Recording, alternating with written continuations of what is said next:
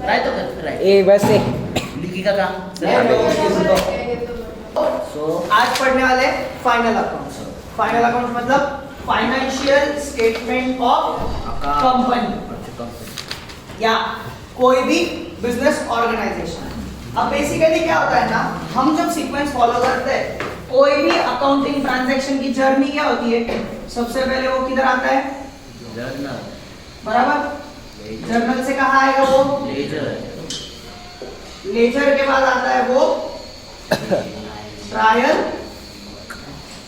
Balance में, and last जो उसका सफर जहां पे खत्म होता है जर्नल एंट्री का, वो होता है फाइनेंशियल स्टेटमेंट। ठीक है, तो जो भी फाइनेंशियल स्टेटमेंट रहेगा उसमें क्या होगा, अपने को पता चलेगा। अब जर्नल में हम क्या करते हैं, जर्नल में हम ट्रांजैक्शन को रिकॉर्ड करते हैं, लेजर में क्या करते हैं, पोस्ट। जर्नल से ये जो एरो है, ये जो ट्रांसफर हो रहा है, इसको पोस्टिंग बोलते हैं, बट लेजर में वो अकाउंट क्या होते हैं, क्लासिफाई होते हैं। उसके बाद में लेजर से जब ट्रायल बैलेंस में जाते हैं तो उनको क्या किया जाता है, समराइज किया जाता है। मतलब एक पर्टिकुलर शीट में एक साइड में होते हैं डेबिट बैलेंसेस, एक साइड में होते हैं क्रेडिट बैलेंसेस, राइट। जब डेबिट इक्वल्स टू क्रेडिट की टोटल सेम रहेगी तब आपका ट्रायल बैलेंस करेक्ट है। एंड लास्ट चीज यहाँ पे क्या होता है, एनालिसिस। ठीक है, तो जो भी आपका बिजनेस चल रहा है वो बिजनेस का एनालिसिस करने के लिए हमें क्या करना जरूरी है, फाइनल अकाउंट्स, फाइनेंशियल स्टेटमेंट बनाना जरूरी है।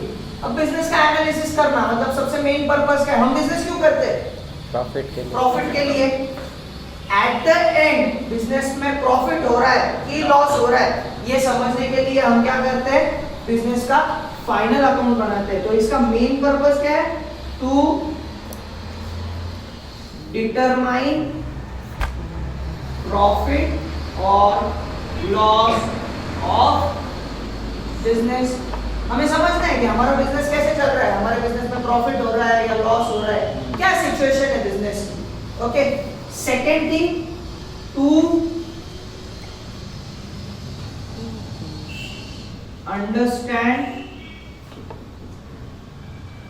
Financial position of business. ये दो सबसे मेन पर्पस होते हैं। ठीक है, पहला तो है प्रॉफिट और लॉस समझना है, हमको जानना है हमारा बिजनेस प्रॉफिट कर रहा है, लॉस कर रहा है। सी एवरीडे एक्सपेंसेस तुम देखोगे, जब तुम कोई भी बिजनेस का फाइनेंशियल स्टेटमेंट देखोगे तुमको पता चलेगा यार इसने रेंट पे इतना एक्सपेंस पे किया, इसने एडवर्टाइजमेंट इतने दिए, इसने सैलरी कितना दिया। ये सारी चीजें एक ही स्टेटमेंट के अंदर मिल रही थी। तुम ये लेजर में देखते बैठोगे क्या, यहाँ पे जाओगे बोलोगे ओ लेट्स ओपन सैलरी अकाउंट, अब सैलरी अकाउंट बोल रहे तो राम श्याम घनश्याम सबका नाम आ रहा है वहाँ पे, ये इतना डिटेल में तुम देखते बैठोगे क्या वहाँ पे, नहीं। तुमको ये कहाँ मालूम पड़ता है, फाइनल अकाउंट में सैलरी कितना दिया, रेंट कितना दे रहे हम, लास्ट ईयर हमने कितना रेंट दिया था, ये साल हम कितना रेंट दे रहे, ये साल हम एडवर्टाइजमेंट मार्केटिंग में कितना पैसा स्पेंड कर रहे, ये साल हमने कितने का गुड्स परचेस किया, कितना हमारा ये साल का सेल्स है। ठीक है, वेजेस कितने पे किए, ये साल हमने डेप्रिसिएशन कितना चार्ज किया, ये सारी चीजें तुमको कहाँ मिलेगी, फाइनेंशियल स्टेटमेंट में। तो इससे क्या पता चलेगा हमको, हमारे फाइनेंशियल पोजीशन पता चलेगी, हमारे पास बिजनेस में कितने एसेट्स है, कितने की लायबिलिटी है, ये सारा हमको कहाँ पता चलेगा, फाइनेंशियल स्टेटमेंट में। So every business has financial statement, her business में फाइनेंशियल स्टेटमेंट बनता है। आप सोल प्रोप्राइटरशिप कर रहे हो वहां पे भी रहेगा, आप पार्टनरशिप कर रहे हो वहां पे भी रहेगा, आप कंपनी सीख रहे हो तो कॉर्पोरेट कर रहे हो तो उसका भी शेड्यूल 3 बनता है। ठीक है, कोऑपरेटिव सोसाइटी कर रहे हो उसका बैलेंस शीट अलग बनता है। तो देखिए जो बैलेंस शीट है ये तुमको हर एक चीज में मिलेगा, क्यों, to analyse that particular form of business, वो पर्टिकुलर बिजनेस को समझने के लिए। अब 11th है तो 11th में तुम क्या सीखने वाले हो, 11th में आएगा तुमको सोल प्रोप्राइटरशिप, ठीक है। 12th में जब जाओगे तो 12th में तुमको रहेगा पार्टनरशिप, जो ध्रुव वाले उनको रहेगा कंपनी अकाउंट्स, मतलब कॉर्पोरेट। तुम बीकॉम में जाओगे, बैचलर्स के डिग्री के लिए जाओगे, तुमको बैंकिंग का अलग रहेगा, कोऑपरेटिव सोसाइटी का अलग रहेगा। सो हर एक इंडस्ट्री का अलग फाइनेंशियल स्टेटमेंट होता है, अलग तरीका होता है वो करने का, ठीक है। यहाँ पे ही सोल प्रोप्राइटरशिप, पार्टनरशिप में हम टी फॉर्मेट में बनाते हैं। ये साइड में होती है लायबिलिटीज, ये साइड में होती है एसेट्स। वही अगर कंपनी अकाउंट देखे तो कंपनी अकाउंट हम वर्टिकल फॉर्म में बनाते हैं, इसको वर्टिकल बोलते हैं। ये को नहीं समझते, ये वर्टिकल हॉरिजॉन्टल है जा। तो वर्टिकल हॉरिजॉन्टल में ऊपर रहेंगे लायबिलिटीज, नीचे रहेंगे एसेट्स, ये फॉर्मेट। कोऑपरेटिव सोसाइटी का अलग, बैंकिंग इंडस्ट्री का अलग, हर एक इसमें ये फाइनेंशियल स्टेटमेंट तुम्हारा की है। क्यों? ऐसे तो बहुत रीजन है फाइनेंशियल स्टेटमेंट क्यों इंपॉर्टेंट है, बट मैं मानता हूं कि सबसे ज्यादा ये दो चीजें। पहला, to determine profit and loss of business. दूसरा, टू अंडरस्टैंड फाइनेंशियल पोजीशन। हमारी कंडीशन क्या है, हमारे पास लायबिलिटी ज्यादा है या इक्विटी ज्यादा है, हमारे पास कैपिटल कितना ज्यादा है। अनवी इधर जोन आउट हुआ तो understand financial statement of business. यहां तक क्लियर है? किसी को कोई तकलीफ, किसी को कोई दिक्कत, कोई डाउट? अब मेरे को तुम लोग बताओ किसको किसको ये फाइनेंशियल स्टेटमेंट यूज में आता है, कौन कौन है जो ये फाइनेंशियल स्टेटमेंट यूज कर सकता है? ओनर, मतलब कैसा? एक एक करके, ठीक है। जो भी तो पहला इसने बोला शेयर होल्डर्स, ओके। फिर तूने क्या बोला? Owner, investors, investors. 11 का पहला चैप्टर याद करो तो। हाँ, बोला था मैंने कुछ। ऑडिटर। Okay, good. अरे वाह, तो का और अकाउंटेंट तो बना रहा है, जो अकाउंटेंट बना रहा है वही सबको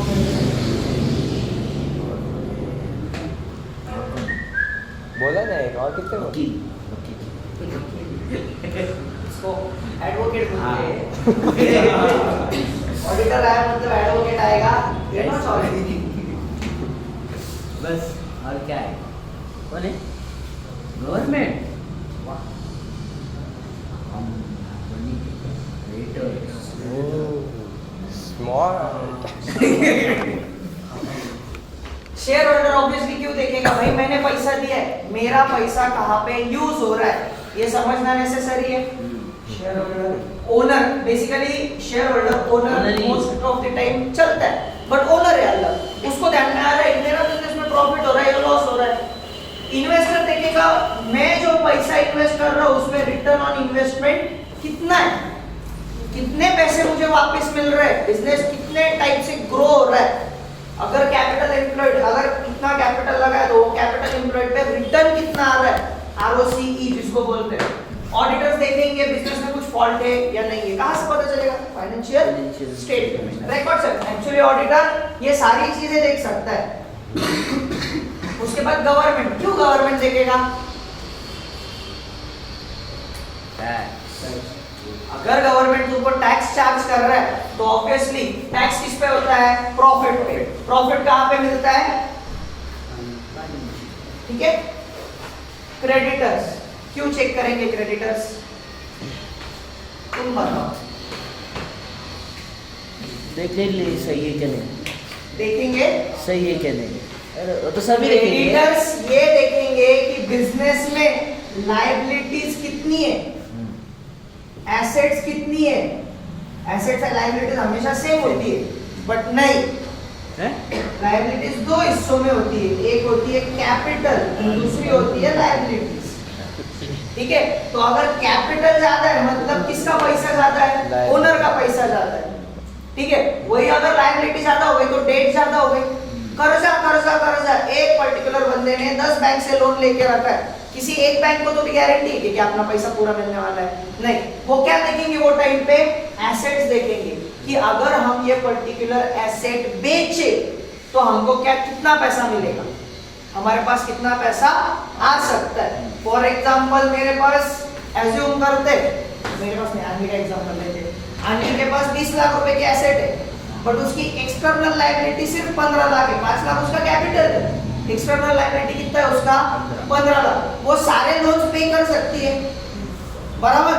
क्यों? क्योंकि बस बेचने वाले एसेट्स है ना उसके पास। 20 लाख रुपए के अगर उसके पास एसेट्स है, वो एसेट्स बेच के वो क्या कर सकती है? पूरा के पूरा पैसा रीपे कर सकती है। अब तुम बोलोगे सर तो ऐसे तो हर सिचुएशन में होगा, क्योंकि हर सिचुएशन में liabilities is equal to assets. नहीं, क्यों?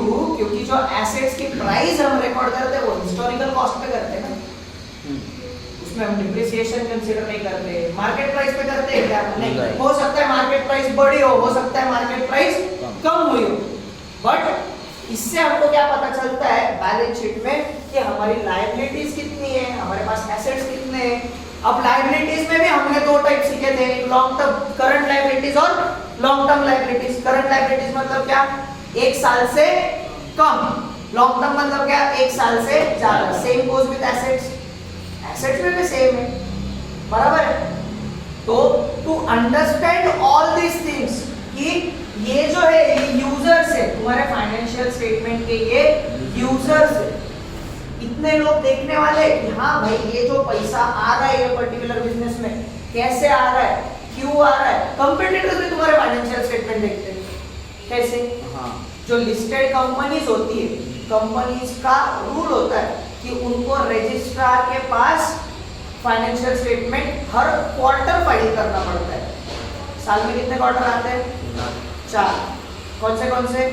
पहला आता है मार्च में, ईयर एंड हो रहा है तुम्हारा, पहला क्वार्टर जून एंड, फिर सितंबर एंड, दिसंबर एंड और मार्च एंड। ऐसे 4 क्वार्टर्स होते हैं, ठीक है? 12 डिवाइडेड बाय 3 कितने हुए? 4 क्वार्टर। ओके, तो पर्टिकुलर चीज तो तुम्हारे कॉम्पिटिटर्स भी देखेंगे भाई इसका कितना प्रॉफिट है। फिर इन्वेस्टर जो रहेगा, इन्वेस्टर को क्या मिलेगा? इन्वेस्टर को 2 कंपनीज के फाइनेंशियल स्टेटमेंट मिल रहे हैं, company A company B. Investor इन दोनों में से सिलेक्ट कर सकता है ना, बराबर है कि नहीं?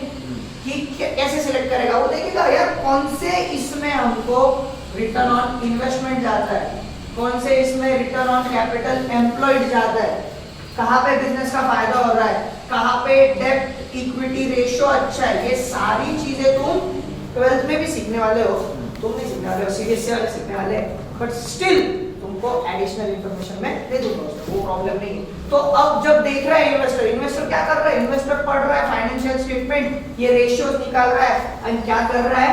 एनालिसिस। आया ध्यान में? फाइनेंशियल स्टेटमेंट क्यों नेसेसरी है? To analyse the business, business को समझने के लिए इसके लिए फाइनेंशियल स्टेटमेंट बनाया जाता है। यहाँ तक सबको क्लियर है? ओके, पॉज कर 2 मिनट। जिसको जो लिखना है बोर्ड पे जो मिल रहा है वो लिख। अभी Siddhi, what are you doing? Nothing? Nothing होता है रे, नथिंग। ठीक है। सो फाइनेंशियल स्टेटमेंट में हम 3 पार्ट्स में बनाते हैं। किया ना उसने प्ले? क्या ना? हरामी है साले, पीछे वाले। क्या हो? ये मोबाइल रहता है, वो पीछे से बोलता है साइड को चल रहा है। इसको दिख नहीं रहा है। तू ये साइड में तू सामने फोन। अभी फाइनेंशियल स्टेटमेंट अपन फाइनल अकाउंट बोलेंगे, मतलब इजी रहेगा। 2 बार इतना करो स्टार्ट।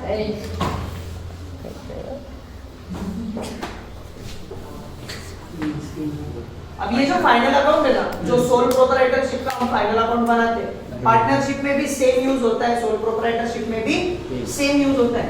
इसमें सबसे पहला एलिमेंट आता है ट्रेडिंग अकाउंट। फाइनल अकाउंट हम कहाँ से स्टार्ट करते हैं?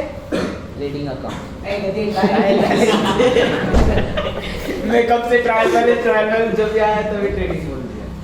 तो सबसे पहला अकाउंट बनाते हैं हम ट्रेडिंग अकाउंट, फिर उसके बाद ट्रेडिंग अकाउंट। सेकेंड अकाउंट बनाते हैं हम profit and loss. Profit and loss, इसको हम प्यार से क्या बोलेंगे? P&L। ठीक है, जब तुम क्वेश्चन सॉल्व करते हो तो ये कॉम्बिनेशन होता है ट्रेडिंग अकाउंट P&L। मतलब जब सॉल्व करोगे तो यहाँ तक जो होगा वो ट्रेडिंग अकाउंट रहेगा, उसके नीचे जो होगा वो P&L रहेगा। तो जो भी प्रॉफिट रहेगा वो इधर ट्रांसफर होता है, फिर P&L अकाउंट में। तो ऐसे तो कॉम्बिनेशन में सॉल्व होता है। सीबीएसई वालों को अलग लेवल पे होता है, उनको ट्रेडिंग अलग बनाना पड़ता है। ट्रेडिंग का जो जीपी आएगा वो P&L में जाएगा, फिर वहां से बैलेंस शीट में जाएगा। सीबीएसई वाला कोई नहीं है, बट वीडियो बन रही है तो बना है ना? क्या है शिवड़े का कोई भी वीडियो में से कट करके आदमी को रोस्ट नहीं करेगा, सिर्फ मैं करेगा। सर वापस समझोगे ना कहाँ से कैसे सॉल्व होता है? हाँ, ये तो अभी समझ रहे हैं कि कौन से अकाउंट में क्या आता है। ये 4 दिन चलने वाला इंट्रोडक्शन, डोंट वरी। मैं पूरा एक एक को देने वाला हूँ। ट्रेडिंग अकाउंट में कौन से आइटम्स आते हैं, P&L में क्या आता है, बैलेंस शीट में क्या आता है, ये प्रॉपर्ली डिस्कस करने वाले हैं। ऋषि, मेरा आवाज उधर आ रहा है? करोगे ना तो आवाज तेरा, मेरे को नहीं आती इतनी एडिटिंग, मैं जो वीडियो आता है वो अपलोड कर दूंगा एकदम raw video. Hello guys, welcome to my channel. ऐसा वो इतना कर करते बैठता है, जिंदगी में इतना टाइम है क्या आपके पास? Balance sheet. तीसरी जो चीज बनती है वो होता है बैलेंस शीट। ठीक है, ओके। क्या टाइम हुआ है? टाइम। अब ट्रेडिंग अकाउंट बेसिकली क्या है? ट्रेडिंग अकाउंट समझने से पहले 2 चीजें समझते हैं।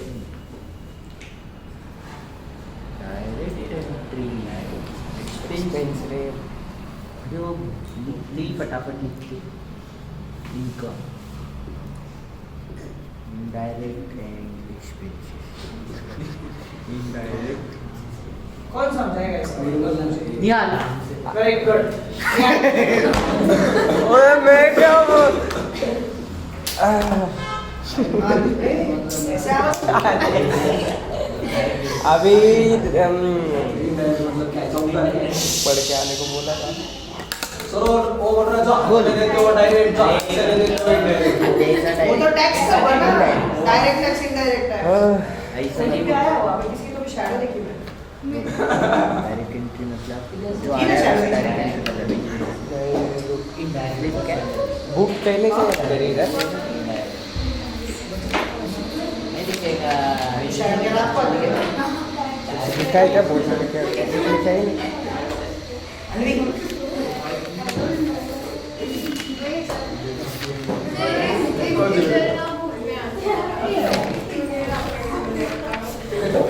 मेरे बाजू वहाँ पे शैडो थी और एक शैडो आया सर, आया। मेरे सामने से परछाई गई है अभी और कुछ भी आई अभी भी आया। ठीक है, हाँ ये रहे। ये है गूगल पे। नहीं ना बोल रहा हूँ।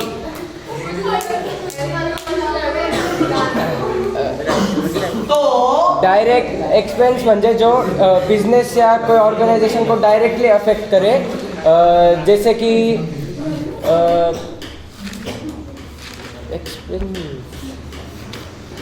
जैसे कि ट्रांसपोर्ट चार्जेस है सपोज, तो वो अपना एक्सपेंस है और वो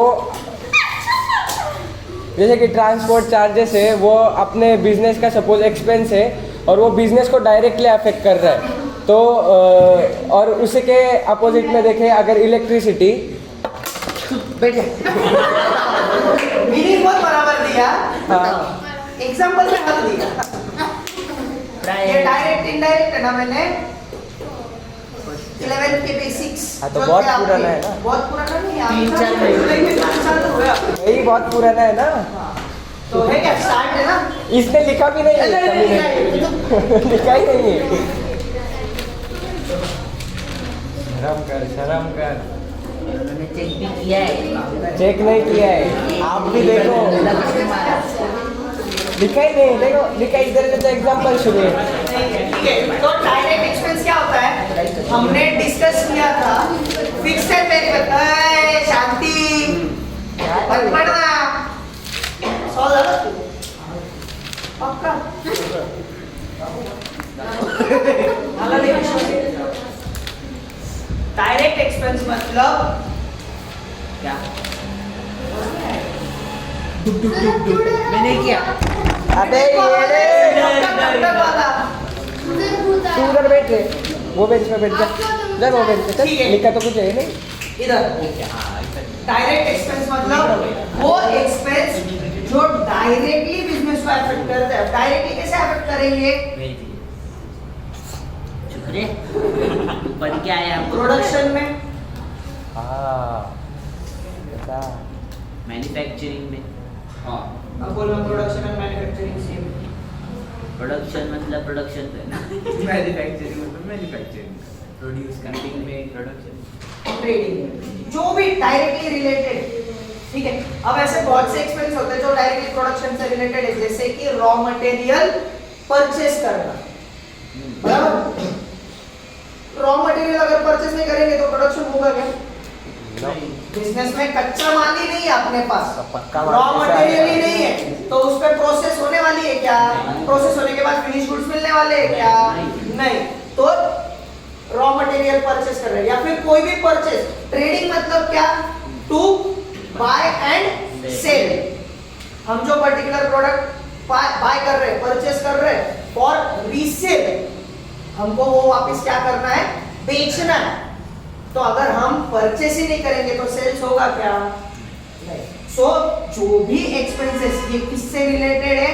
डायरेक्टली प्रोडक्शन, मैन्युफैक्चरिंग और ट्रेडिंग से रिलेटेड है, उसको क्या बोलेंगे हम? Direct expense. Direct income opposite, अगर बेचा हुआ माल है तो उस पे क्या आने वाला है? पैसा आने वाला है। मतलब डायरेक्ट इनकम में क्या आया? सेल्स, बराबर? जो तुमको पैसा मिल रहा है, ट्रेडिंग एक्टिविटी कर रहे हैं, ट्रेडिंग किस पे चलता है? Buy and sell. अगर बाय कर रहे तो हमारा एक्सपेंस है, अगर सेल करने के बाद हमको क्या मिलने वाला है? इनकम मिलने वाला है। आया ध्यान में? सो डायरेक्ट एक्सपेंस है, डायरेक्ट इनकम किससे रिलेटेड है? ट्रेडिंग अकाउंट से, जो ये तीन चीजें कराता है, प्रोडक्शन, मैन्युफैक्चरिंग और ट्रेडिंग। क्लियर है यहाँ तक? पक्का? श्योर? इनडायरेक्ट एक्सपेंस इसका अपोजिट है।